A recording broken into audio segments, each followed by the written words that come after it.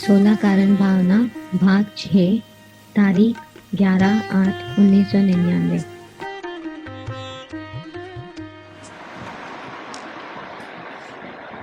नमो अजंताणं नमो सत्ताणं नमो आयर्याणं नमो विभूचाराणं नमो वैरे सर्वसामान्य नमो सर्वेशाराय सानुभूत्याचकास्ते चित् स्वभावाय भावाय सर्वभावान् परच मंगलम भगवान वीर मंगलम गौतमोऽहं मंगलम कुंद कुंडालु जयं धर्मस्तु मंगलम सर्वमंगल मांगल्य सर्व कल्याण कारकम दानं सर्वधर्माणां जैनं जयतु शास्त्रम् ओंकार बिंदु संयुक्त नित्यं ध्यायन्ति योगिनः आमोदं मोक्षदं च ओंकाराय नमः। श्री समदभद्र आचार्य देव रचित श्री रत्नकरण सावकाचार। इसमें छठा भावना अधिकार। इसमें पंडित सदाशिवदास कासलीवाल जी की टीका। विषय चल रहा है 16 कारण भावनाओं का। उसमें सबसे पहली भावना है दर्शन विशुद्धि भावना। ये 16 कारण भावना हो या दर्शन विशुद्धि भावना, ये सब समय दृष्टि को होती है, मिथ्या दृष्टि को नहीं होती है। आत्मज्ञान होने के बाद भी जो कुछ मलिनता रह जाती है, कमी रह जाती है, उससे आत्मज्ञान मलिन होता है, सम्यक दर्शन मलिन होता है। तो उसको शुद्ध करना, दर्शन विशुद्धि भावना। जैसे पानी को छानते हैं वैसे अपने सम्यक दर्शन को भी निर्मल करते हैं। इसमें दर्शन विशुद्धि भावना में जो 8 प्रकार के जो शंका आदि दोष थे, शंका को शंका हो गए या कुछ भी अभी वांछा रह जाए या फिर तिरस्कार, ग्लानि, नफरत जैसा पैदा हो जाए, ये सब सम्यक दर्शन के दोष। इसके सामने 8 प्रकार के गुण, निशंकित शंका बिना का गुण, निर्भीक चिकित्सक, फिर क्या बोले निकांक्षित गुण, सेकंड निकांक्षित, बाद में तीसरा निर्भीक चिकित्सक, चौथा मूढ़ दृष्टि, 5वां उपगुण, 6वां स्थितीकरण, 7वां वात्सल्य और 8वां प्रभाव। इस प्रकार से 8 गुण प्रभाव होते हैं। तो 8 दोष मुक्त होता है तो दर्शन विशुद्ध होता है, सम्यक दर्शन निर्मल हुआ। अभी बाकी के जो 17 दोष हैं उसकी चर्चा चल रही है। इस प्रकार सम्यक दर्शन के जो 8 अंग हैं वो धारण करने से इन गुणों के प्रतिपक्षी शंका आदि 8 दोषों का अभाव होने से दर्शन विशुद्धता होती है। इन गुणों को धारण करने से पवित्र उज्जवल दर्शन विशुद्धता नाम की भावना होती है। लोक मूर्ता, देव मूर्ता और गुरु मूर्ता, ऐसे परिणामों को छोड़कर श्रद्धा को और भी उज्जवल करना। सम्यक दर्शन हो चुका है लेकिन अभी 3 दोष शायद हो सकते हैं, लोक मूर्ता, देव मूर्ता और गुरु मूर्ता। तो ऐसे परिणामों को छोड़ करके श्रद्धा को और मजबूत करना, उज्जवल करना। इसमें अभी पहली बात लेते हैं लोक मूर्ता की बात। ये भी 3 दोष है, 8 और 3 अभी 11, 3 की चर्चा अभी शुरू होती है। 3 में लोक मूर्ता, देव मूर्ता और गुरु मूर्ता, 3। लोक मूर्ता का त्याग। लोक मूर्ता का स्वरूप इस प्रकार का है, ये गलती है तो गलती किसको बोलते हैं, लोक मूर्ता बोलते हैं किसको है, इसका स्वरूप बताते हैं। मरने वाले के हड्डियां, नख आदि गंगा में पहुंचाने से मरने वाले की मुक्ति हुई ऐसा समझना। ये ब्राह्मणों में तो और जगह पे भी रिवाज है ऐसा कि अस्थि मज्जा जो है जो पवित्र जल में गंगा में पहुंचा दिया तो उसकी मुक्ति हो जाती है, जब तक वो आत्मा भटकते रहता है, ऐसा मानते हैं। तो मृतक के हाथ, नख आदि गंगा में पहुंचाने से मृतक की मुक्ति हुई ऐसा मानना, ये लोगों का गलत व्यवहार है। यहाँ पर धर्म के साथ, मुक्ति के साथ, सुख शांति के साथ इसका कोई संबंध नहीं, लेकिन लोगों में ऐसा रिवाज है। तो एक तो ये नंबर है। दूसरा, गंगा जल को उत्तम मानना। उसमें स्नान करने से कई जन्मों के पाप दूर हो जाते हैं, आत्मा शुद्ध होता है। ये सब बिल्कुल गलत बात है। गंगा जल इस प्रकार से उत्तम नहीं है कोई। वो पानी जड़ वस्तु है, उससे आत्मा कैसे शुद्ध होगा, आत्मा के दोष कैसे निकलेंगे? लेकिन मानते हैं लोग। એમાં શું છે કે લોકોનો ગાડરીય પ્રવાહ હોય એમાં એ પણ તણાતો હોય। नहीं, समय दर्शन हुआ छता लोगों को रिवाज को भी मान्यता देने वाला भी संस्कार रह जाते हैं। समय दर्शन तो अभी हुआ, लेकिन रीति रिवाज तो बचपन से चले आ रहे हैं ना। तो ऐसा देख करके हम ऐसा माने के करे उसको समय दर्शन नहीं हुआ है तो गलती हो जाएगी। बाह्य परिणाम में ऐसा है, जो जैसे बीड़ी पीने का रहता है। हाँ, सम्यक दृष्टि होने के बाद में तो ये दोष पहले ही व्यक्ति हो तभी सम्यक दृष्टि होगी। नहीं, ये यहाँ पर गलती हो रही है, यहाँ पर गलती होती है। क्या मुमुक्षु को ये नहीं कहा गया कि इतना उपवास करना, इतना सब छोड़ के आना, झूठ नहीं बोलना, चोरी नहीं करना, ये नहीं कर... मुमुक्षु को नहीं बोला जाता है। मुमुक्षु को ये बोला जाता है आत्म शांति की सच्ची भावना करना और सत्संग करना। हो सकता है उसमें अन्य दोष भी हो, लेकिन आत्म शांति वाली जो भावना है वो उसको प्रयोग कराएगी, प्रयोग करा करके भेद ज्ञान करा करके उसको आत्मा का दर्शन कराएगी। सबसे पहले काम ये होता है, पहले वर राजा का और सगाई का नक्की करना पड़ता है, ये पहला काम। अब व्रत तब नियम सब चालू हो जाते। अब आत्मज्ञान होने के बाद, वर राजा को नक्की करने के बाद अब जान बुलाओ, अब सफाई करो सब। क्या पहले हम ऐसा सब ठीक ठाक हो गए और बाद में सम्मेलन हो गए? ऐसा तो दुनिया में किसी को होने वाला नहीं है। क्यों? सभी अनाड़ी है, सभी अज्ञान से भरे हैं, माता जी बोले ना, सभी दोष करते हैं। एक एक दोष करके निकालेंगे तो तुम पर जिंदगी चली जाएगी ना। कितने दोष हैं? एक दो दोष थोड़े हैं। उसके भरेगा पर। कई प्रकार की गलतियां होती हैं, कोई कहाँ फंसा है, कोई कहाँ फंसा है। और फिर कर्मों का उदय भी तो है ना। हमारी इच्छा नहीं हो तो भी कोई गलत काम भी करना पड़ता है, तो क्या करो? शेत का ऑर्डर है कि गलत दाम भी बोलना, 50% नफा चढ़ा के बोलना, बाद में झिक झिक करे तो कम करना, नहीं तो लूट लेना। सेठ का ऑर्डर है तो क्या करेगा? ये तो मजबूरी है ना। तो वो शर्त नहीं रखी जाती है कि आप बिल्कुल एक भी जरा भी पाप किए बिना आओ तो हम आपको आत्मज्ञान करावे, रास्ता बतावे, ऐसा कोई शर्त नहीं है। कोई भी धर्म का पालने वाले हो, अगर आत्म शांति की चाहना है तो ये वितराग का धर्म ऐसा है, उसको आप भी कर सकते हो। आप मुसलमान हो बोल के नहीं कर सकते, ऐसी बात नहीं। क्रिश्चियन हो, गरीब हो, बहुत पाप करते हो इसलिए नहीं होता, ऐसी बात नहीं है। हम आप आत्मा तो हो ना, आप भी कर सकते हो। ऐसा करके शांति की भावना वाले को आत्म कल्याण की विधि बताई जाती है। कोई बोले पापी कैसे पलट सकते? मैं पलट सकते? क्यों नहीं पलट सकते?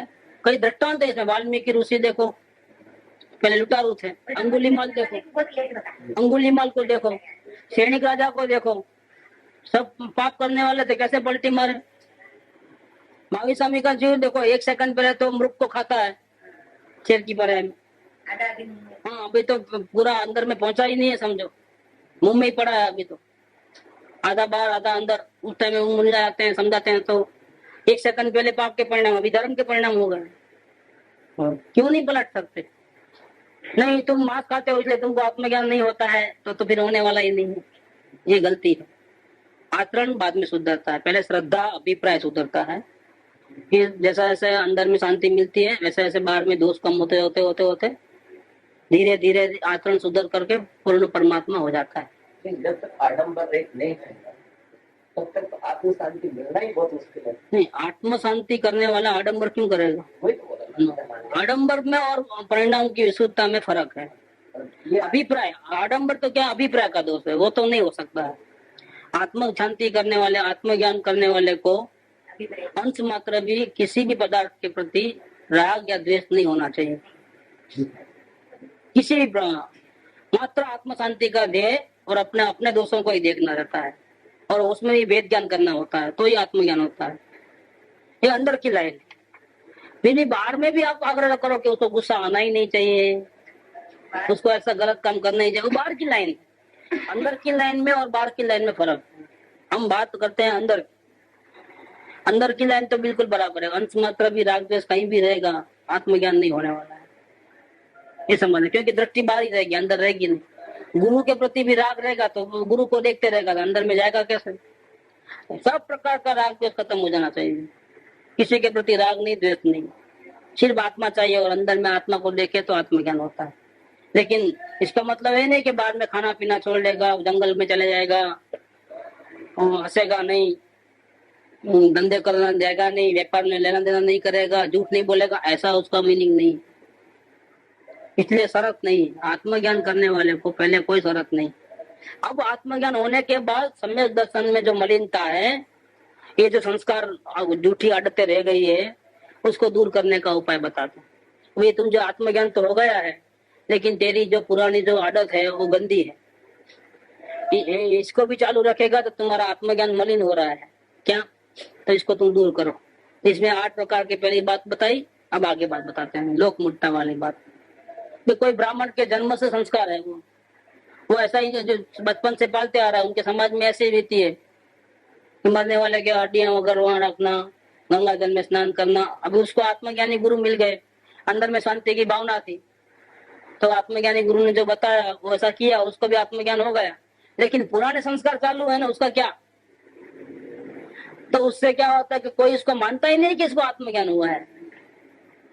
कि बाहर का बर्तन देख कर तो कोई नहीं मानेगा कि अभी तो इतना गड़बड़ पड़ा है और आत्मज्ञान कैसे होगा। लेकिन भैया आत्मज्ञान करना वो अंदर का काम है, बाहर में ऐसी गलती है तो उसको निकालना जरूरी है। जब तक वो नहीं निकालेगा तब तक सम्यक दर्शन मलिन है, ये समझना है, आगे नहीं बढ़ेगा, वहीं रुका रहेगा कई सालों तक। जो बोले जैसा शुरू पे वैसा हो जा, तो वैसा होने के लिए तो प्रयत्न करना पड़ता है। जैसे अंदर श्रद्धा वैसी बाहर में जाए। क्या होता है कि जब तक आचरण की गलती नहीं निकलेगी, आचरण की गलती को और अंदर की स्थिरता को संबंध है, आप ये समझना। आत्मज्ञान होने के बाद भी घड़ी घड़ी आत्मज्ञान क्यों नहीं होता है, निर्विकल्पता क्यों नहीं आती है, क्या कारण है उसका? चाहने पर भी, और हमने अपना घर देखा तो भी हम अपने घर में क्यों जल्दी नहीं जाते हैं, इसका क्या कारण है? और प्रमाद क्यों हो रहा है इतना सारा? इसका वजह यह है कि अभी आचरण में बहुत सारी गलतियां हैं। आचरण की गलती को अंदर की स्थिरता के साथ संबंध है। जैसा जैसा अंदर की स्थिरता बढ़ेगी, बाहर में आचरण की गलती निकलेगी। जैसे जैसे आचरण की गलती निकलेगी, इतनी इतनी अंदर में स्थिरता बढ़ेगी। तो सम्यक दृष्टि को भी आत्मा में अनंत शांति वो देख लिया है, श्रद्धा हो गई है, अपना घर देख लिया है, सुख का शांति का रास्ता कहाँ है, कैसे होता है, कैसे पाई जाती है, सब मालूम हो गया। लेकिन सुख मिलता नहीं है घड़ी घड़ी। क्यों नहीं मिलता है? कि बाहर की गलतियां हैं पूरी। बाहर की गलती मिटाना, उसका पुरुषार्थ करना और अंदर में स्थिरता बढ़ाना, दोनों करेगा तो ही अंदर में, नहीं तो अपना घर देखा है तो भी फायदा नहीं है कुछ। हाँ, अभी बटा हुआ है ना पुरानी आदत बस, तो ये सब हटेगा और अंदर आत्मा में ही देखेगा तो शांति बढ़ेगी, तो अंदर में स्थिरता बढ़ेगी। सुख तो आनंद देखा है अंदर में आत्मा में, लेकिन पूरा ले नहीं सकता जब तक वो आचरण नहीं सुधरेगा। ऐसा है, शांति का संबंध आचरण के साथ भी है। इस प्रकार तो अंदर नहीं जाएगा। तो लोक मुट्टा में पहला नाम है कि मरने वाले के हड्डियां नख वगैरह गंगा नदी में पधराना, तो इससे आत्मा की मुक्ति होती है, ऐसा मानना। गंगा जल को उत्तम मानना, गंगा स्नान में या नदी स्नान में या समुद्र की लहर से स्नान में धर्म मानना, इससे धर्म होता है, कई पापों की निद्रा होती है, ऐसा मानना। मृतक पति के साथ जीवित स्त्री तथा दासी को अग्नि में जलकर मर जाने वाली को सती मान करके पूजना, मरे हुए पूर्वजों को पितर मानकर पूजना, पितरों को पत्तों में स्थापित करके पहनना, सूर्य चंद्र मंगल आदि ग्रहों को सोने चांदी के बनवाकर गले में पहनना, ग्रहों का दोष दूर करने को दान देना, संक्रांति व्यतिपात सोमवती अमावस मानकर दान देना, सूर्य चंद्र को ग्रहण लगने पर स्नान करना। सब लोग दाब को शुभ माना, दाब किसको बोलते नहीं माना, ये आम का जो नारियल का। अच्छा ठीक, दाब को शुद्ध मानना, हाथी के दांतों को शुद्ध मानना, कुआ पूजना, सूर्य चंद्रमा को अर्घ देना, बेरी पूजना, मुसल पूजना, छींक पूजना। किसी को छींक आई तो भैया अभी नहीं निकलना।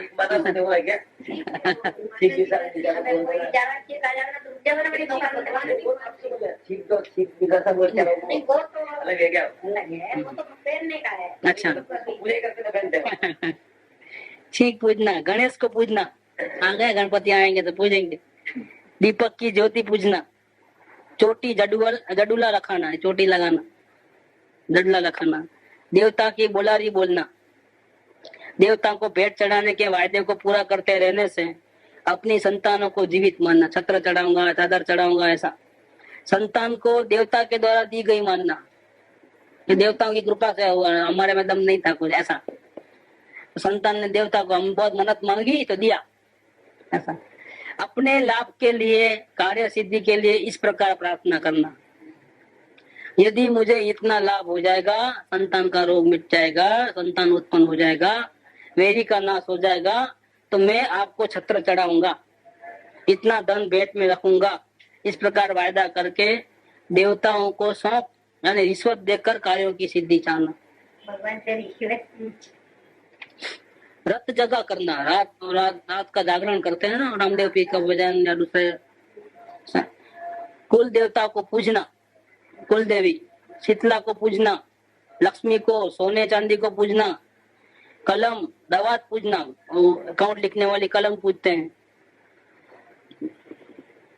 और उसको जो यार दुकान रहती है उसका जो उम्रा रहता है उसको ऐसा करते हैं। सुबह खोलने से पहले नमस्कार करके फिर बाद में जाते हैं अंदर। पशुओं को पूजना, गायों को पूजते हैं ना हिंदू धर्म में, उसको पवित्र मानकर पशुओं को पूजना। अन्न को पूजना, अन्न तो देवता है ऐसा समझकर, असल में वो जड़ पदार्थ, लेकिन उसको देवता समझ करके उसको पूजते हैं। जल को पूजना, शस्त्र को पूजते हैं दशहरा के दिन, मशीनरी को पूजते हैं, ये जो स्कूटर वगैरह सब इसकी पूजा करते हैं, कहीं एक्सीडेंट नहीं करा दे अपने को। देखो कैसी मान्यता है। वृक्ष को पूजते हैं, कोई वो वड़ का झाड़ रहता है, पीपल का रहता है, तो उसकी पूजा करते हैं। अग्नि को देवता मानकर पूजना, ये सब लोक मूर्खता है। ये तो गए बीते हैं, जहाँ सुख आने वाला नहीं है, जिसमें कोई गुण नहीं है, उनको पूजना और इससे शांति मानना अपने को कैसे हो सकती है। मिथ्या दर्शन के प्रभाव से श्रद्धा का विपरीत पना है, जो सभी त्यागने योग्य ही है। ऐसे ही लोक मूर्खता का त्याग करने योग्य है। तो ये लोक मूर्खता का त्याग हुआ यहाँ पर। अभी देव मूर्खता का त्याग, ये समय दृष्टि को अगर आदत बस अगर रह गया है तो निकाल देता है। समाज एक बाजू, ये एक बाजू हो जाता है। समाज के रीति रिवाज, इस प्रकार के रीति रिवाज को नहीं मानता है, क्योंकि धर्म होता ही नहीं है। धर्म तो आत्मा में, शांति तो आत्मा में, तो आत्मा से होती है, वो किसी के द्वारा दी नहीं जाती है, कुछ करने से मिलती नहीं, कुछ नहीं करने से भी नहीं मिलती। इसीलिए ये सब लोक मूर्खता जो है, झूठे आडंबर हैं, झूठे रीति रिवाज हैं, उससे वो घबराता नहीं है, वो कुछ नहीं करता। डराते हैं लोग, शीतला माता को नहीं पूजोगे तो ऐसा हो जाएगा वैसा, वो डरता नहीं है, उसको मालूम है कि सब झूठा है मामला, मालूम होने से वो डरता नहीं। अब देव मूर्खता का त्याग, देव कुदेव का विचार रहित होकर कामी, क्रोधी, शस्त्रधारी, परिग्रही में भी ईश्वर पने की बुद्धि करना।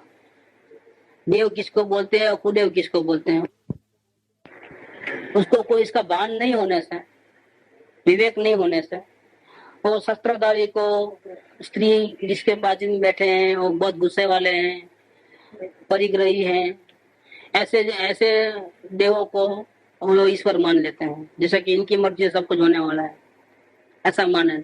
जैसे हनुमान जी के हाथ में गदा होती है, रामचंद्र जी का धनुष बाण होता है, बाजू में सीता खड़ी है। तो स्त्रीधारी, शस्त्रधारी, कामी, क्रोधी और कई आडंबर सहित मुगट, दागिने, कपड़े वगैरह ऐसे परिग्रह धारण किए हुए हैं, ऐसे ऐसे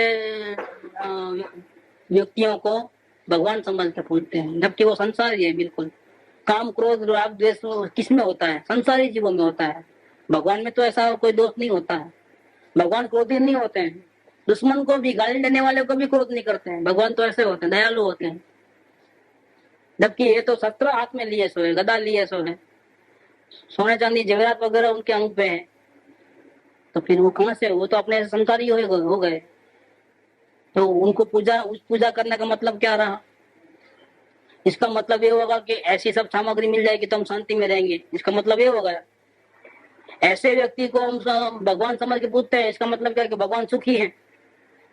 लेकिन भगवान को सुखी रहने के लिए क्या शस्त्र की जरूरत है, कपड़ों की जरूरत है, दागिनों की जरूरत है? स्त्रियों की जरूरत है, भगवान को क्या जरूरत है? लड्डू आदि गणपति के आगे लड्डू रहते हैं, उनको वाहन की किसी पदार्थ की जरूरत पड़ती है तो फिर काय के भगवान?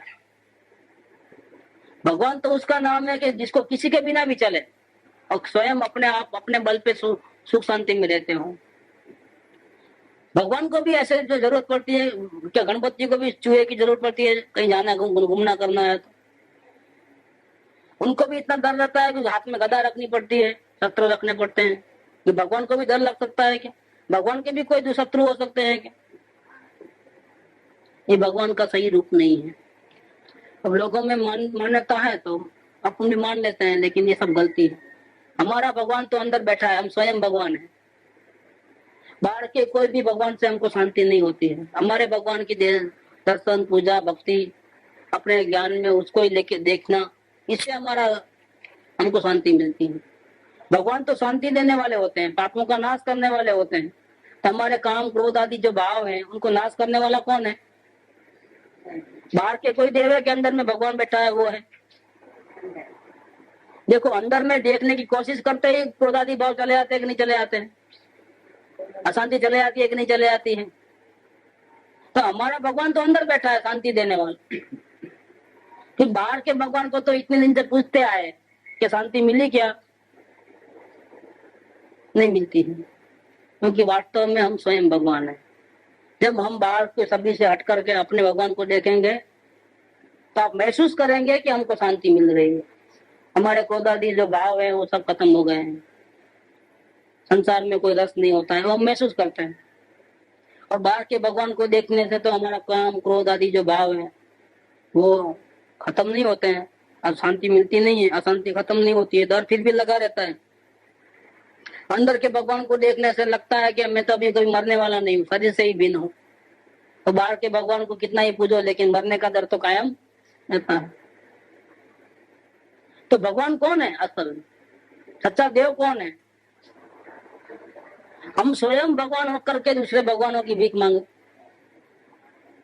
सुख शांति के लिए बाहर गिड़गिड़ा है। ऐसा तो भगवान का स्वरूप नहीं होता है। भगवान तो रागादि दोषों से रहित होते हैं, क्रोधादि भावों से रहित होते हैं। तो यहाँ ये बात किया है कि देव मूर्ता का त्याग, देव कुदेव का विचार रहित होकर कामी क्रोधी शस्त्रधारी परिग्रह में भी ईश्वर पने की बुद्धि करना कि ये भगवान परमेश्वर है। हाथ में शस्त्र है, नजीक में स्त्री है, अंग पे दागिने कपड़े हैं, और फिर ऐसे लोगों को हम भगवान मानना कि भगवान परमेश्वर है। विश्व की समस्त रचना इन्हीं की रची हुई है। सबको दुख देना, सुख देना, अच्छा करना, बुरा करना सब जैसा कि इनके हाथ में है। यही करता करता है। जगत में जो कुछ होता है वह सब इन ईश्वर का किया हुआ ही होता है। समझती अच्छा या बुरा लोगों द्वारा ईश्वर के कराए बिना कुछ भी नहीं होता है। सब कुछ ईश्वर की इच्छा के अधीन होता है। शुभ कर्म हो या अशुभ कर्म ईश्वर की प्रेरणा के बिना नहीं होता है। इत्यादि अनेक प्रकार के ये सभी परिणाम मिथ्या दर्शन के उदय से होते हैं और इसका नाम है देव मूर्ता। भगवान का स्वरूप सही समझता नहीं है। ये बात देव मूर्ता खत्म, यहाँ पर देव मूर्ता खत्म। अभी मान्यता पुरानी है लेकिन हम अपने अनुभव से उसको नक्की करना। समय दृष्टि को तो अनुभव हो चुका है, इसीलिए उसको कोई दिक्कत नहीं है। उसको अगर ऐसा कहते हैं कि हनुमान जी सच्चे देव नहीं है, हाथ में गदा है इसलिए सच्चे देव नहीं है, रामचंद्र जी सच्चे देव नहीं है, चितला माता झूठे हैं, शंकर झूठे हैं, ऐसा अगर बोलेंगे तो उनको कोई तकलीफ नहीं है। क्यों तकलीफ नहीं होती है? कि उन्होंने फर्क को महसूस किया है। पहले वो शंकर को सभी को पूछता था, मानो गणपति सभी को, फिर भी आज तक राग द्वेष कम नहीं हुए, संसार में रस हुआ, तो दुखी अशांत होते गए, वो सब मालूम है उनको। अब अपने आत्मा का दर्शन किया है तो शांति कैसे मिली है, काम क्रोध के भाव कैसे खत्म हो गए, वो भी मालूम हो गया। तो सम्यक दृष्टि को फिर दिक्कत नहीं आती है, उसको कोई तकलीफ नहीं होती है कि भाई हमारे भगवान को क्यों गलत कहते हो, ऐसा वो नहीं बोलेगा, क्योंकि उसको समझ में आ गया है ना अनुभव से। तो उसको ये देव मूर्ता छूटना आसान है। गलती उसने भी पहले की है भूतकाल में, शंकर को पूजा है, यहाँ आंख वाले पवित्रा को, भगवान की मूर्ति को पूजा है, सब किया है उसने, गलती सबने की है। लेकिन अब उसको पिक्चर बिल्कुल क्लियर में हो गया है। क्या पिक्चर क्लियर हुआ है? कि मेरा भगवान तो मैं स्वयं हूं, मुझे शांति देने वाला, मेरे दोषों को नाश करने वाला और कोई भगवान दुनिया में है ही नहीं, वो उसको पता चल गया है। अब उसकी मान्यता में गर्भ चेंज हो गया है बहुत बड़ा। बाहर का कोई भगवान नहीं, मेरे सुख दुख का करता धरता मैं हूँ। मैं अपने भगवान को देखूं तो सुखी हूँ, मैं भगवान को अपने नहीं देखूं तो दुखी हो जाऊंगा। बाकी बाहर में कोई मुझे दुखी नहीं कर सकता, कोई मुझे सुखी नहीं कर सकता। कोई भगवान चाहे कितना भी हो, मेरे को अगर पाप का कर्म का उदय नहीं है तो मुझे दुखी नहीं कर पाता। और कोई कितना भी हमारा को सपोर्ट करने वाला हो, लेकिन हमारा पुण्य कर्म का उदय नहीं है अभी, तो कोई हमको सुखी भी कर सकता, मतलब सहयोग नहीं दे सकता। हमारे को सुखी करना, हमारे को दुखी करना वो टोटली अपनी ही रिस्पॉन्सिबिलिटी है, हमारी जिम्मेदारी है। हम अगर चाहे तो अपने को सुखी करें, हम चाहे तो अपने को दुखी करें, कोई दूसरा दुखी कर नहीं सकता है। इसलिए हम ही हमारे भगवान हैं, बाहर में कोई भगवान नहीं है। उस हमें दृष्टि को समझाने की जरूरत नहीं है। क्यों? उसको अनुभव में बात क्लियर है। दूसरों को तो लगेगा अभी आत्मज्ञान नहीं हुआ है तो बोलेंगे देखो हमारे भगवान को ऐसा नीचे गिराते हैं। ये जैन धर्म के लोग कैसे हैं कि उनके शास्त्र में सभी धर्मों की बुराई किया गया है। बुराई करने की बात नहीं, हकीकत बताई कि जो हमको सुखी नहीं करते, दुखी नहीं करते, फिर भी उनको हम भगवान कैसे मानते हैं। जिनको दागिने के बिना, कपड़ों के बिना, परिग्रह के बिना, स्त्रियों के बिना नहीं चलता है, वो भगवान कैसे हो सकते हैं।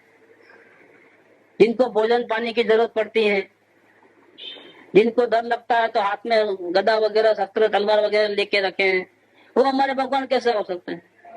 क्या भगवान के भी कोई शत्रु हो सकते हैं? तो ये सब हमारी गलत मान्यता है। लेकिन दुनिया इस काल में क्या है, इस काल में जैनों के जो भगवान है वो मौजूद नहीं है। जैसे आर्यन भगवान, केवल ज्ञानी, महावीर स्वामी आदि, ऐसे यहाँ पर कोई भगवान ऐसे तो दिखाई देते नहीं। ऐसे तो रामचंद्र, शंकर कोई दिखाई देते नहीं हो, तो उनको पुतला बना के रखे हैं, कोई दिखाई देते हैं क्या? लेकिन आजकल क्या हो गया कि सच्चा धर्म नहीं मालूम होने से लोगों को कि कल्पना वाले देव देवी देवताओं को मानते हैं। किसी ने देखा नहीं शंकर भगवान को, ना गणपति को, नहीं किसी ने देखा है शीतला माता, लेकिन सब लोग कल्पना से अपना अपना हिसाब से खोज करके उनका पुतला बना करके पूजते हैं। क्योंकि सही रास्ता बताने वाले भगवान जैनों के जो वितराग सच्चे, वो तो अभी हाजिर नहीं है। 2500 साल पहले थे लेकिन अभी नहीं। तो ये काल खराब आया है, इसमें ऐसा ही गली गली में निकल जाएंगे। बीच में कल की निकला था ना, कल की था ही नहीं पहले, देखो अभी कल की निकला था ना बीच में, अभी भी चल रहा है उनका। ऐसे अभी भी कुछ ना कुछ निकलते रहेंगे नए नए, जैसे कल्पना में जिसको जो आया वो निकलते रहता है। ऐसे शीतला मतलब भी कल्पना से निकले हैं, गणपति क्या, शंकर क्या, सब कल्पना से निकले हुए हैं। क्या है वो एक कल्पना निकली, अब समझो कल की का अभी निकला है। अभी धीरे धीरे उसकी संख्या बढ़ेगी मानने वालों की। 500 साल के बाद लोगों को ऐसा लगेगा कि यही सच्चे भगवान है, क्योंकि उन्हें सबसे पुराने हैं। ऐसा लग जाता है, नया पंथ शुरू हो गया बाद में ऐसा लगता है। ऐसे सितंबर क्या, स्थानक वस्ती क्या बाद में शुरू हुए, महावीर स्वामी के टाइम में नहीं थे। महावीर स्वामी के बाद 400 साल के बाद सितंबर पंथ शुरू हुआ, इतिहास कहता है इस प्रकार। लेकिन अभी इतना बढ़ावा हो गया है कभी वो बोलेंगे कि नहीं यही सच्चा धर्म है, दिगंबर झूठा है। अभी वैसा हो जाता है। पिछले पीढ़ी वालों को तो क्या मालूम है, वो वेरी बिगिनिंग में नहीं थे, तो ओरिजिनल क्या है वो नहीं मालूम है। बाद में जो निकला उसका फैलावा ज्यादा होगा तो उसको मान लेते यही सही है। जहाँ संख्या ज्यादा है, जहाँ आडम्बर ज्यादा है, जहाँ शक्ति ज्यादा है, जहाँ पैसा ज्यादा है, वही धर्म सच्चा, खत्म। बाकी सब वो गलत है ना। पिछले जो हमारे पीछे जो इतिहास बनेगा, जो पीढ़ियां आएंगी, उनको क्या मालूम पहले कौन था बाद में कौन था। आज अपने सच्चे शास्त्र होते हैं तो उसको जला देते हैं, उसको नष्ट कर देते हैं और नए नए शास्त्र बना लेते हैं, तो वही शास्त्र पुराने हैं, ऐसा करके वो रख देते हैं। तो एक परंपरा इस प्रकार से इस काल में चलती है, पंचम काल में। धीरे धीरे होकर के अंत समय तक धर्म का लोप हो जाएगा। अभी 18.5 साल 1000 साल तक धर्म कहीं न कहीं होगा, लेकिन बाद में तो बिल्कुल खत्म। जैन धर्म का नाम निशान नहीं रहेगा, सच्चा धर्म लोग नहीं मानेंगे। तो सब लोगों को भी अपने एक दूसरे का चेप लगता है, वो भी अज्ञानी ये भी अज्ञानी, राग द्वेष करते जाओ, यही जिंदगी है। शांति के तो किसी को मिल ही नहीं सकती है। अभी से शुरू हो गया, मोक्ष तो किसी को मिलने वाला नहीं इस काल में, इसलिए आत्मज्ञान जैसी कोई चीज ही नहीं है। अब तो व्रत करो, उपवास करो, दान दो और यहाँ से महावीर क्षेत्र में जाओ, फिर वहां से देखेंगे क्या करने का। अभी से कई बात सुनने को मिलती है जो हमारे अनुभव से हम सिद्ध भी कर सकते हैं। हम ये बात सही है ऐसा जरूरत नहीं है ऐसे ही मान लेने की। हम अनुभव करें, हम अवलोकन से माने कि हमको शांति मिलती है कि नहीं मिलती है, विज्ञान करें कि हमको शांति मिलती है कि नहीं मिलती, फिर बाद में स्वीकार करना। जब तक आपकी कोई बातों को हम गलत नहीं कहते हैं, सही भी नहीं कहते हैं, आप स्वयं इस रास्ते पे अंतर्मुख होने की विधि समझ करके अपने दोषों को देखकर फिर आगे बढ़कर वेद ज्ञान कर अपने आत्मा को देखो। इसके बाद आप स्वीकार करना कि सही क्या और गलत क्या। जबरदस्ती करने से क्या मतलब है। जब तक अपना है वो साइड में रखो, कोई निकाल देने की बात नहीं है यहाँ पर। ऐसे अंधविश्वास जैन धर्म सच्चा ऐसा मानने की भी जरूरत नहीं है। आप उनकी जो शांति की जो रीत है वो अपना लो, अपना करके जब आपको शांति मिले तब स्वीकार करना कि बात सही है, बाकी सब गलत है, ऐसा आप अपने अनुभव से स्वीकार करना। ऐसे तो सब लोग बोलेंगे जैन धर्म गलत है, हम जैन धर्म बोलेंगे आप लोग गलत है, तो ऐसा फिर कैसे हम विश्वास करें, ऐसा ही कैसे मान ले, ऐसे ही नहीं मान लेने का, अनुभव से प्रमाणित करना। तीसरा है गुरु मूर्खता त्याग। पाखंडी मतलब अंदर में आत्मज्ञान नहीं है और बाहर में आत्मज्ञानी जैसा वर्ताव करने वाले, ढोंगी, और कुछ भी ज्ञान नहीं है, शांति का रास्ता क्या है मालूम नहीं है, लेकिन कहते हैं कि हमको बहुत ज्ञान है। और पूर्व के जो ज्ञानी हैं वो शास्त्र लिख गए तो पढ़ पढ़ के उनकी कहानी सुनाते हैं, लेकिन ऐसे सुनाते हैं जैसा कि हमको ही सब मालूम है। असल में उन्होंने क्या किया है, जो पूर्व के जो ज्ञानी हो गए हैं जिन्होंने लिख दिया है शास्त्र में, वो पढ़ा है, याद कर लिया है, और फिर ऐसे बोलते हैं जैसा कि हम ही बोल रहे हैं, और अपने गुरु को छिपा देते हैं और खुद गुरु बन बैठते हैं, लेकिन उनके पास ज्ञान नहीं है। ऐसे जो गुरु हैं वो पाखंडी गुरु हैं, अंदर एक बाहर एक है। पाखंडी हीन आचार के धारक, जिनके आचार विचार का कोई ठिकाना नहीं, काम क्रोध आदि सबके बीच में बैठे तो सब अपने आप को कंट्रोल करेंगे, और जैसे सब लोग गए कि अपने ओरिजिनल रंग में आ जाते हैं, मतलब दिखाव करने वाले हैं। इनके आचार विचार जो है बहुत गलत है। परिग्रही, परिग्रही मतलब क्या है कि कपड़े लत्ते से लेकर के हर चीज उनको चाहिए, सभी चीज का ध्यान रखते हैं, जड़ पदार्थों का, और चाहिए भी वो, और बसाते भी हैं, उनका संसर्ग भी करते हैं, इसका इस्तेमाल भी करते हैं। वो परिग्रही। लोभी, उनको तृष्णा बहुत है, इच्छाएं बहुत है, जितना दो उतना कम है, कभी मना तो करते नहीं, हाँ रखो, लाओ लाओ लाओ लाओ, ये लोभी। विषयों के लोलुपी को करामाती मानना, उनको गुरु मानना, ऐसे विषय कसाय में पड़े हुए हैं उनको गुरु मानना, उसके वचन सत्य और सिद्ध मानना, ऐसे लोगों के वचन पे विश्वास करना और सिद्ध मानना उनको। हमारी कुछ इच्छाएं उनके पास जाने से, मन्नत मानने से समझो या बातचीत करने से अच्छे हो गए होंगे, तो क्या करते हैं, हाँ यही गुरु सच्चे हैं। जैसे कांड समय के बारे में भी बात करते थे लोग। इलाहाबाद में एक आदमी है तो उसके घर में वो बाजू में उनका मुमुक्षु रहता था, तो फिर वो बाहर निकल के बोला महाराज से हमारे घर में भी आओ ना। हमारे घर में भी ठीक है, बाजू में आए हैं तो इतना बुला रहा है तो चलो जाएंगे। तो उनके घर में जाते हैं, 5 मिनट बैठते हैं और फिर चले आते हैं। वो तो और हुआ क्या कि वो बहुत कर्जे में डूबा हुआ था वो आदमी, और गुरुदेव ने पगला दिया और दूसरे दिन उसी दिन से उसका चमत्कार शुरू हुआ। कर्जा धनाधन मिट गया और करोड़पति मतलब अब जो अरबपति हो गया हो। और उसको ऐसा बैठ गया दिल में कि गुरुदेव हमारे घर में आए ना, पगला किया ना, इसका ये प्रताप है। तो उसने तो इतना प्रचार किया कि ये जो गुरु है ना उसको पकड़ लो, आप उसके पांव पकड़ लो, पैसे वाले हो जाओगे, आपके सारे दुख दर्द दूर हो जाएंगे। हमारा खुद का अनुभव है, हम अब तक भटक रहे थे, लेकिन हमारे घर में आने से ऐसा हो गया। तो एक बार घूमते घूमते पहुंचे गुरुदेव के पास, बोले क्या करे, लोगों को पता नहीं है, हम तो इससे हमारे से कोई शांति पैसा वगैरह नहीं मिलता है, लोग हमारी लकड़ी चुरा के जाते हैं, और शास्त्र में रखने के लिए लाठी की लकड़ी होती है वो भी चुरा के लेके आते हैं, पन्ना कौन सा था रख देते हैं अंदर, लाठी की लकड़ी, तो वो भी चुरा के लेके आते हैं, क्योंकि वो गुरुदेव की हाथ की छुई हुई है, वो हमारे घर में रहेगी तो पैसा बढ़ेगा करके ऐसा करते हैं। चप्पल तक चुरा के लेके आते थे, उनकी चप्पल चुरा के लेके जाएंगे, वो पहनेंगे तो हमारे घर में रहेगी तो या उनकी पूजा करेंगे तो हमको पैसा आएगा, ऐसा लोग करते हैं। लेकिन वो खुलासा करते थे कि इससे कुछ होने वाला नहीं है। लेकिन ये जो गुरु मुट्टा वाले जीव तो मानते हैं सब, ऐसा कुछ करेंगे तो होगा, गुरु के चरण पकड़ेंगे तो होगा, गुरु की आरती उतारेंगे तो कुछ कल्याण हो जाएगा, हमारे दुख दर्द मिट जाएंगे। भैया संयोग के दुख दर्द को कोई मिटा नहीं सकता है, गुरु क्या है, भगवान भी नहीं मिटा सकते हैं।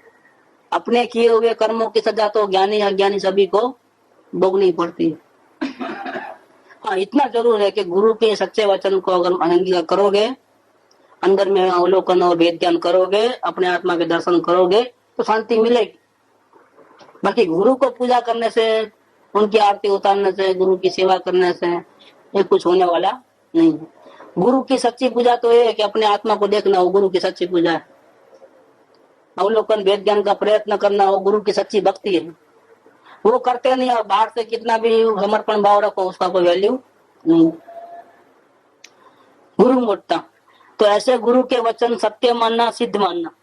अगर ऐसे गुरु प्रसन्न हो जाएंगे तो हमारे इच्छित सभी कार्य सिद्ध हो जाएंगे। ये बहुत बड़े तपस्वी हैं, पूज्य हैं, महापुरुष हैं, प्रसिद्ध हैं इत्यादि उल्टा प्रदान करना, विपरीत, ये सब क्या है? ये गुरु मूर्ता है। ये गुरु का सच्चा स्वरूप जानते नहीं। गुरु तो उसको बोलते हैं जो भगवान से मिला दे अपने को, भगवान को मिलाने का रास्ता बता है, वो सच्चे गुरु। हमारे पैर पकड़ो वो गुरु सच्चा नहीं है। गुरु तो भगवान का एड्रेस बतावे वो गुरु है, क्योंकि उसने भी अपने भगवान को देखा है। और जो दुखी जीव आते हैं उनको भी भगवान का एड्रेस बता देते हैं कि भैया तुमको सुखी होना है तो जैसे हम सुखी हुए हैं ऐसे तुम भी सुखी हो जाओ। तो कहाँ जाना? कि तेरे भगवान के पास जा, अंदर में। भगवान किधर है? कि तू ही तो भगवान है। ये भगवान को सच्चा स्वरूप दिखाने वाले, भगवान की शरण में ले जाने वाले, रास्ता बताने वाले, वो सच्चे गुरु हैं।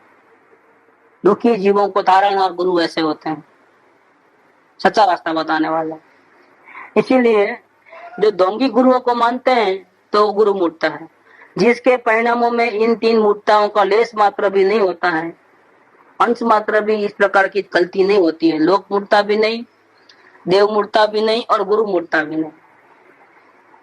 किसी प्रकार से मन वचन काया से, कर्मों कराऊं अनुमतना से जरा भी अगर ऐसी गलती नहीं होती है तो समझना कि उनका सम्यक दर्शन शुद्ध है, मलिन नहीं।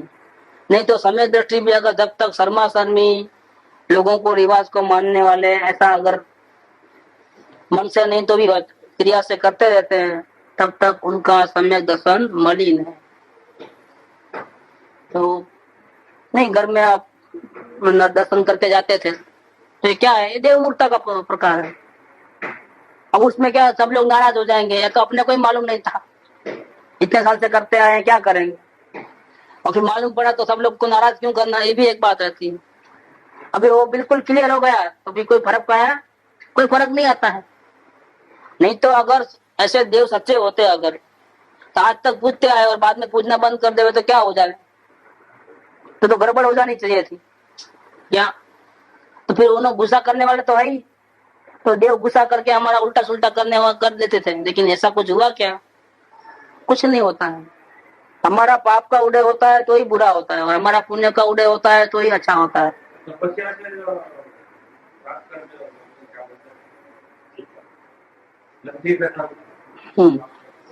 तो तपस्या से जो लब्धि आदि प्राप्त होते हैं ना, वो तो मिथ्या दृष्टि को भी होते हैं और सम्यक दृष्टि को भी हो सकते हैं। क्या है कि आप कोई त्याग करते हो, त्याग करने के बदले में आपकी कुछ इच्छा आती है कि मैं ऐसा कुछ प्राप्त करूंगा, तो त्याग करने में तो आपने क्या किया है? पुण्य किया है कि नहीं किया है? जैसे खाना छोड़ा तो खाना खाने में जो पाप होता था, जीवों की हिंसा होती थी, उतना पुण्य हुआ कि नहीं हुआ? ऐसे पूजा करना, भक्ति करना, तो इतना पाप कर्म कम होकर के पुण्य कार्य किया कि नहीं किया? तो तपस्या आदि से तो पुण्य बढ़ता है, पाप कम होता है, तो पुण्य से तो आपकी इच्छा सफल होती ही है। देखो, पाप जब करते हो तो आपकी इच्छा सफल नहीं होगी, पुण्य करोगे तो आपकी इच्छा सफल होती है। इसमें आश्चर्य की क्या बात है? उसको जैन धर्म कहाँ मना करता है? उसकी तो मना करने की बात नहीं। तो अज्ञानी भी पुण्य कर सकते कि नहीं कर सकते?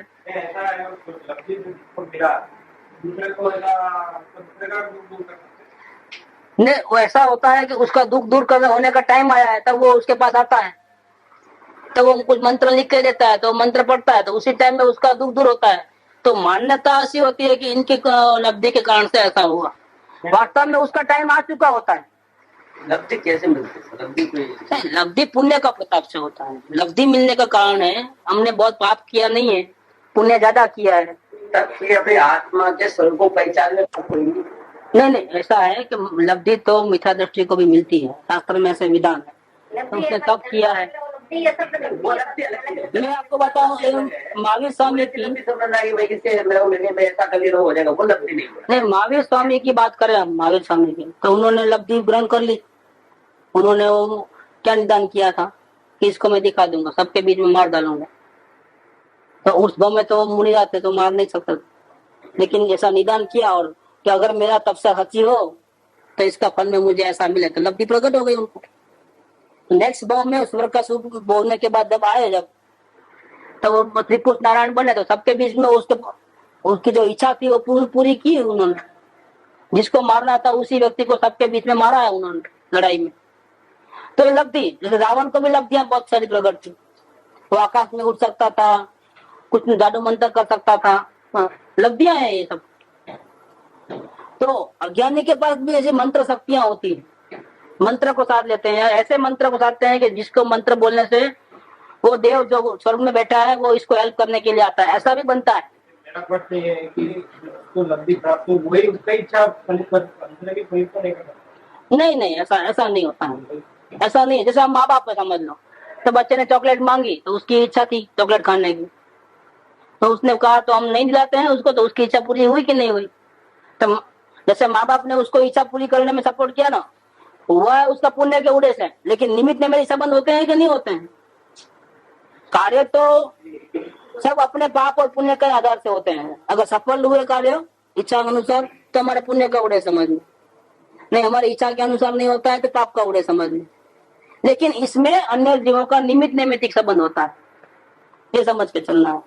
जैसे ज्यादा कमाई होती है तो ग्राहक ज्यादा आते हैं, तो ज्यादा कमाई होती है, और दुकान जाते हैं लेकिन ग्राहक आते नहीं है तो फिर लॉस भी होता है।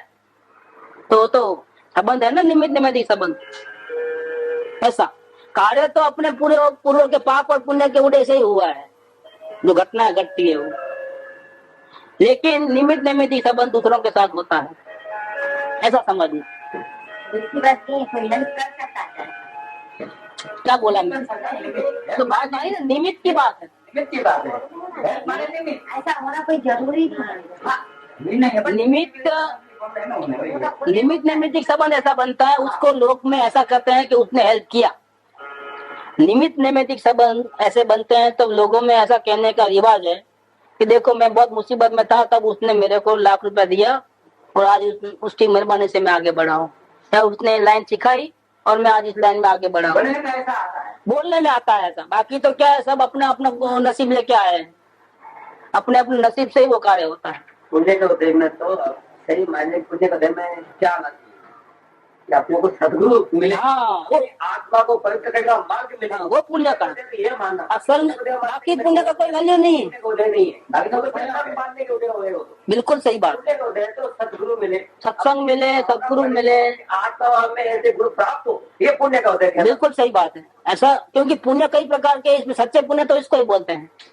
जो पुण्य मिले सही है, लेकिन पुण्य करे तो एक गरीब के घर में जन्म लेता है, पैसा वाले वो भी पुण्य है, वो भी पुण्य है, लेकिन उसका मतलब नहीं है। सही बात पापा तो मंदिर कौन है? नहीं, वो तो महत्व ही नहीं है। इसके गरीब में तो मैं तो अगर वो सुने महंगा हो गया हूँ, गरीब में तो वो तो महत्व ही नहीं है। तो आत्मा क्या करने वाले तो जो पुण्य आत्मा का स्वरूप प्राप्त हो, ये सब नगण्य है। हाँ, धनवान रहो, गरीब रहो, सुख रहो, दुख रहो,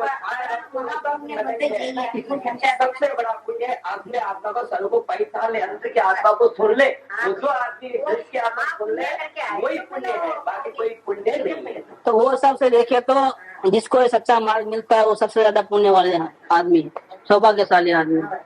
जिसको नहीं मिलता है तो बस एक ही है, यही मान के चलना। जिसको पुण्य समझना अपना, ये जब छूट जाएगा तो समझना कि हमने बहुत पाप किया तभी छूटा है, बाकी छूटने वाला नहीं है। हम अगर पुण्यशाली है तो ये छूटेगा नहीं कभी भी। अगर हम पापी होंगे तो कोई ना कोई भूसा अंदर में जाएगा और हम छोड़ देंगे और जब छूटा समझना पाप का कि हमारा पाप का उदय चालू होगा। है ना? ये तो मानना ही जरूरी है। जब हमारा सत्संग छूट गया, जब कुछ हुआ तो समझना कि पाप का उदय। जो ये समझना जो अच्छे दिन हमको आत्मा को सुखी करने में हेल्प नहीं करे तो वो अच्छे दिन क्या काम के। हाथ में दिया लेकर भी कुएं में गिरना है तो दिया की क्या वैल्यू है, ये समझ के। तो पुण्य तो इसको ही सही मानना है कि चीज सत्संग मिले, सच्चा ज्ञान मिले, हमारे को सच्चा रास्ता मिले, उस रास्ते पे चलने की हमारी क्षमता बढ़े तो समझ लो कि हमारा पुण्य जागा है। बाकी तो क्या है, डूबने का ही धंधा है। स्वर्ग में जाओ तो भी मतलब नहीं है, वो डूबने का ही है आखिर। क्या बात आ रही तो- है? आवाज करें। तो गुरु मूर्ता, तो 3 प्रकार के लोक मूर्ता, देव मूर्ता और गुरु मूर्ता, ये 3 प्रकार की मूर्ता का लेस मात्र भी नहीं होता है जिसको वो दर्शन विशुद्धि। लेस मात्र का मतलब क्या है कि सम्यक दृष्टि को अभिप्राय तो होता ही नहीं। पहली बात समझ लेना, अगर आत्मज्ञान हो गया फिर भी वो मरने वालों की हड्डियां गंगा नदी में डालने गया है तो आचरण का दोष है, वो श्रद्धा का दोष नहीं है। लेकिन लेस मात्र का मतलब क्या कि अभिप्राय में तो आत्मदर्शन से निकल ही गया है, अभी आचरण में भी निकल गया है। आचरण में भी पहले तो क्या होता था कि आत्मज्ञान होने के बाद भी गणपति को पूजा करने जाता था मान लो, लेकिन अब तो ऐसा हो गया है कि आत्मज्ञान होने के बाद भी गणपति को देखने भी नहीं जाता है, न उनको देव मानता है और आचरण से भी बिल्कुल अलग हो गया है। तो इसका मतलब क्या होगा कि उसका सम्यक दर्शन में विशुद्धता आई, उसकी दृढ़ता और मजबूत हो गई। तो जो करे तो विकास बढ़ता है। समझो, तो अपना बल उसने दिखाया, सम्यक दर्शन का बल बाहर में आया। नहीं तो क्या है, अंदर में बल ही है लेकिन बाहर में डर लगा रहता है कि ऐसा नहीं करूंगा तो ऐसा हो जाएगा, तो वैसा हो जाएगा। तो ये जो डर है वो निकल गया उनका। तो सम्यक दृष्टि डरपोक नहीं होता है, निर्भय होता है, ये इसे साबित करके बताया। तो सम्यक दर्शन का प्रभाव आया नजर में, बाहर में लोगों को कि देखो हम भी है, ये भी है, लेकिन ये तो किसी की पूजा नहीं करता है, फिर भी उसका कुछ होने वाला नहीं है। ये तो हमारा गलत मान्यता है कि ऐसा करें तो ऐसा हो जाएगा, वैसा हो जाएगा। इनको कहाँ कुछ हुआ है, आपके घर में तो बिल्कुल क्लियर है ना। ये लोगों को अब लगा है कि नहीं बात सही है, हम मूर्ख होकर के पूजा करते रहते हैं, भक्ति करते रहते हैं, लेकिन इससे कोई फायदा नुकसान होता नहीं। घर में 10 जने पूजा करे और 1 जना नहीं करता है तो 1 जने को नुकसान हो जाना चाहिए ना, क्यों नहीं होता है नुकसान? अच्छा, नुकसान नहीं हो रहा तो कोई नहीं, फायदा तो नहीं होना चाहिए ना, फायदा क्यों होता है? पूजा नहीं करे और फायदा होगा, ऐसा क्यों होता है? इस पर से मालूम होता है कि जो पूजा करने वाले लोग हैं उनकी मान्यता में गलती है और सही मान्यता वाले नहीं है। जैसे कुल देवी को मानना आदि जो है वो तो हम तो करते ही नहीं, हमारे बच्चों का कभी किया ही नहीं, कभी गए ही नहीं, मुंह नहीं देखा है। हमारे कच्छ में वतन में है वो कुल देवी वगैरह, हमारे सारे लोग जाते हैं लेकिन हम तो कभी गए ही नहीं, देखने भी नहीं गए। इसका मतलब क्या होगा कि उसके कारण से सुख दुख थोड़ा है, सुख दुख तो हमारे पुण्य और पाप के कर्मों के उदय से है। तो आचरण में शुद्धि होती है तो समझना कि हमें दर्शन पवित्र हुआ।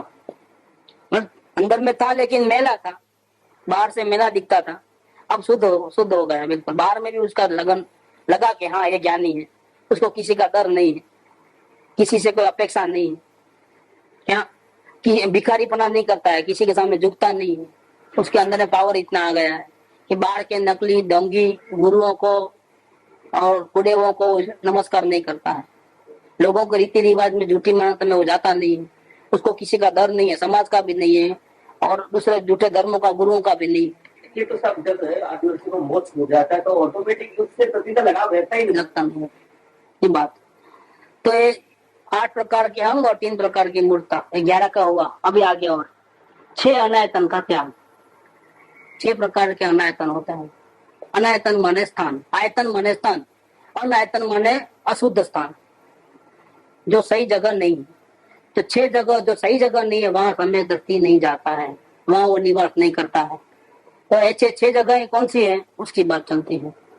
6 अनायतनों का त्याग करने से दर्शन विशुद्धता होती है, तो सम्यक दर्शन और उज्जवल होता है। क्या तो सूर्य है लेकिन बादल आ गए हैं तो क्या होता है, तो प्रकाश नहीं फैलता है।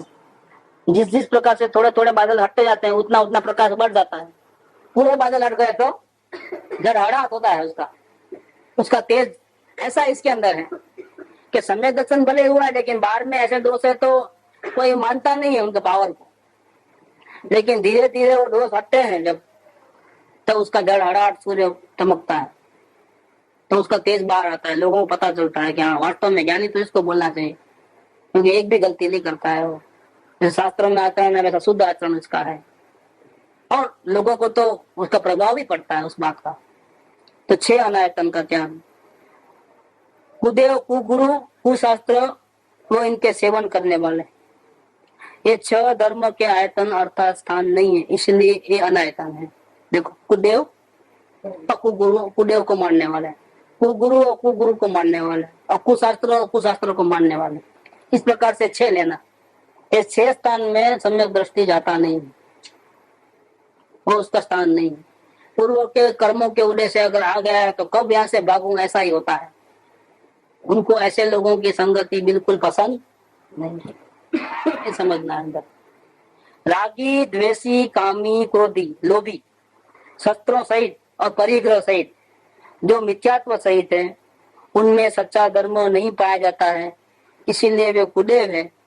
इसीलिए सम्यक दृष्टि ऐसे का संग करता, मानता नहीं है, रिस्पेक्ट भी देता नहीं है। 5 इंद्रियों के विषयों के लोलुपी, परिग्रह के दारी, आरंभ करने कराने वाले, ऐसा करो ऐसा मत करो, ऐसा करने वाले, यज्ञ करो, शास्त्र पढ़ो, दान दो, जाप करो, ये करो, वो करो, करो करो करो, न करो न करो न करो, ऐसा ये आरंभ कराने वाले। वेशधारी, बाहर में वेश ऐसा है गुरु जैसा, अंदर में खाली कम। धर्महीन, वो गुरु नहीं है और वो भी अनायतन है। ऐसे गुरु के पास भी उनका बैठना उठना, संगत करना नहीं होता है। हिंसा के आरंभ की प्रेरणा देने वाले, मतलब कहीं भी ऐसे बात हो कि जहाँ ये करो ये नहीं करो ऐसा हो। राग, द्वेष आदि, काम आदि दोषों को बढ़ाने वाले, सर्वथा एकांत के प्ररूपक शास्त्र, ये कुशास्त्र है, धर्म रहित है, अतः वे अनायतन है। इसको भी पढ़ना वगैरह नहीं होता, उनकी बातों को स्वीकार करना नहीं होता है। ऐसे भी शास्त्र होते हैं 90% सही बात करे, 10% में मिलावट करे, उनको भी चौंकड़ी लगा देता है। ये शास्त्र ही नहीं है। ये कृपालदेव ने तो 20 शास्त्र का लिस्ट दिया है कि मुमुक्षुओं को कौन सा शास्त्र पढ़ना, वो भी लिस्ट दिया है कि ये शास्त्र पढ़ना, इसमें समय सा, प्रवचन सा आदि जो है, रत्नकरण श्रावकाचार्य शास्त्र भी दिया है, मोक्ष प्रकाशक दिया है, सब लिस्ट दिया है, वो शास्त्र पढ़ना, बाकी दूसरे शास्त्र नहीं पढ़ना। ये बात उन्होंने की है। देवी, दिहाड़ी, क्षेत्रपाल आदि देवों को वंदन करने वाले धर्म रहित है। देखो अब किसकी संगति करना, समय दृष्टि किसकी संगति करता है। समझो अगर वो उसके पास ज्ञान है तो अगर उसको संगति कर करके वो ज्ञान देगा, किसको देगा, संगति किसकी करेगा वो। अगर उसको ये मालूम हो जाए कि मैं जिसकी संगति करता हूँ क्षेत्रपाल, पद्मावती, कुदेवों को, संतोषी माँ को, गणपति को, उसको बहुत श्रद्धा से पूजता है, साथ छोड़ देगा, साथ नहीं रखेगा। क्यों कि दोस्ती बढ़ाने से कभी शर्मा शर्मी उसके फंक्शन में भी जाना पड़ता है। नहीं, कई तेलुगु लोग अपने पास आते हैं तो अड़ोस पड़ोस रहते हैं तो शादी का वो देके आते हैं, कोई मुसलमान होते हैं तो भी देके आते हैं शादी का वो कार्ड वगैरह, आप जरूर आना। हाँ आ रहे हैं, जाते नहीं, क्यों नहीं जाते हैं, क्या कारण है कि उनकी शादियों के फंक्शन में मांस मच्छी वगैरह भी खाने में होती है, तो हमको तो वो चलता नहीं, तो हम इसलिए दूर से नमस्कार कर देते, हम लोग नहीं जाते हैं। ये बात इधर होती है। अगर समय दृष्टि को मालूम हो गया तो वैसे स्थानों में जाते इनकी संगति को छोड़ देते हैं। कुगुरु की भक्ति करने और सेवा करने वाले धर्म रहित है, अतः वे भी अनायतन है। कि वितराग धर्म को ही माने और कुदेवों को, कुगुरुओं को भी माने, उनको भी नमस्कार आदि करे, उसकी भी प्रशंसा करे, उसका संग नहीं करता है, छोड़ देते हैं उनका संग, वो भी अनायतन है। और तीसरा, मिथ्या शास्त्रों को पढ़ने वाले, उनकी सेवा भक्ति करने वाले, वो एकांती है, धर्म के स्थान नहीं है, अतः वे भी अनायतन है। मिथ्या शास्त्रों का प्रचार, पढ़ना, उनकी प्रशंसा करना, ऐसे जो लोग होते हैं उनको भी चौकड़ी लगा देते हैं, वहां पर भी जाते नहीं, वो छात्र पढ़ते नहीं, पढ़वाते नहीं, कुछ नहीं करते, छोड़ देते हैं। इस प्रकार कुदेव, कुगुरु, कुशास्त्र तथा उनकी सेवा भक्ति करने वाले, इन 6 में सम्यक धर्म नहीं है, ऐसा दृढ़ श्रद्धा करने से दर्शन विशुद्धता होती है। सम्यक दर्शन को पवित्र करने के लिए ये है बात, ये 6 स्थानों को छोड़ना है। तो 6 और 3 9 और 8 17, इतना तो हो गया। अभी रहे 8 रह गए ना, 8 की बात करते हैं, वो बहुत बढ़िया बातें हैं। 8 मद आता है, बहुत सुंदर बातें हैं। अब 8 प्रकार के मद का त्याग, ये विषय चलेगा। तो ये 17 जो पहले वाले वो दोष दूर हो जाए और 8 मद का भी त्याग हो जाए तो उसकी चमक दमक देखने जैसी होती है। सम्यक दृष्टि है लेकिन इसकी चमक दमक और निखर जाती है, ये दर्शन विशुद्धि होती है। तो कहने का मतलब क्या है कि सम्यक आत्मा का दर्शन होने से अभिप्राय पूर्वक तो ये दोष करता ही नहीं, अनजाने में रीति रिवाज से शर्मा शर्मी में लोगों के दबाव में आकर के ये गलतियां होती हैं। तो ये गलतियां भी जब आचरण में जो होती है वो भी जब निकल जाती हैं, मन से भी नहीं, वचन से भी नहीं, काया से भी नहीं, करूब नहीं, कराना नहीं, अनुमोदना नहीं, इतना जब क्लियर होता है तब इसकी अंतर की स्थिरता और बढ़ जाती है। तब उसको पंचम गुणस्थान के पहली प्रतिमा में प्रवेश हो जाता है। जब तक पंचम गुणस्थान नहीं आता है पहली प्रतिमा, तब तक कहीं ना कहीं एक कोटि से भी गलती होती है, जरूर समय दृष्टि के द्वारा गलती होती है। क्या ये गलती किसकी, ये सब गलतियां किसकी बता रही? समय दर्शन के बाद सुधारने वाली गलती बताई गई है। अब ये गलतियां पूरी मिथ्या दृष्टि में तो होती ही है, लेकिन यहाँ तो टॉपिक क्या है कि समय दर्शन होने के बाद जो उसको मलिनता है समय दर्शन की, उसको दूर किया जाने का। इसीलिए 25 प्रकार के दोषों को दूर करना होता है। जब 25 प्रकार के दोष बिल्कुल 9 कोटि से हो जाएंगे ना, क्लियर, अंश मात्रा में मिल जाएंगे, कहीं भी गलती नहीं होगी ना, तब अंदर की स्थिरता भी जबरदस्त होती है और पंचम गुणस्थान में पहली दर्शन प्रतिमा को सिद्ध कर दिया उसने। तो वो श्रावक बना, अब तक श्रावक नहीं बना था, अब श्रावक बना। तो श्रावक का तो मेन गुण है खुदेव को पूजना करना, ऐसा सब होता ही नहीं श्रावक को। ये श्रावक कहाँ के हैं? श्रावक है ही नहीं। जैन धर्म को मानने वाले, लक्ष्मी आदि को पूजने वाले, वो श्रावक कहाँ से हैं? श्रावक ही नहीं हो। अन्य मिथ्या दृष्टि देवों को मानने वाले तो श्रावक की भूमिका में नहीं आते हैं। खोटे गुरुओं को मानने वाले, खोटे शास्त्रों को पढ़ने वाले, खोटी क्रियाओं को करने वाले, ये कोई धर्मात्मा नहीं है कुछ। तो अभी 8 प्रकार के मत का जो त्याग है, उसमें जाति मत, कुल मत, ऐश्वर्य मत, रूप का मत, शास्त्र का मत, तप का मत, बल का मत और विज्ञान का मत, इन 8 मदों का जिसको अत्यंत अभाव होता है, अत्यंत अभाव, उसको दर्शन विशुद्धि होती है। अत्यंत अभाव का मतलब अभिप्राय में हो चुका है भले, लेकिन आचरण में भी कहीं अंश मात्र भी दिखाई देना नहीं चाहिए, इसको बोलते हैं अत्यंत अभाव। जब ऐसा होता है तब दर्शन विशुद्धि होती है। ये अभी अपने काम की विषय तो अभी आएगी है मेन, अभी तक भी सब काम की है, लेकिन ये अभिमान वाली बात तो आ जाती है, जो अलग अलग कुल का मत, जाति का मत, ये सब इधर निकलेगा। तो इसका विवरण कल से शुरू करेंगे। 8 प्रकार के मत। सुख धाम अनंत सुसंत चही, दिन रात रहे तद ध्यान मही, प्रशांति अनंत सुधामय जे,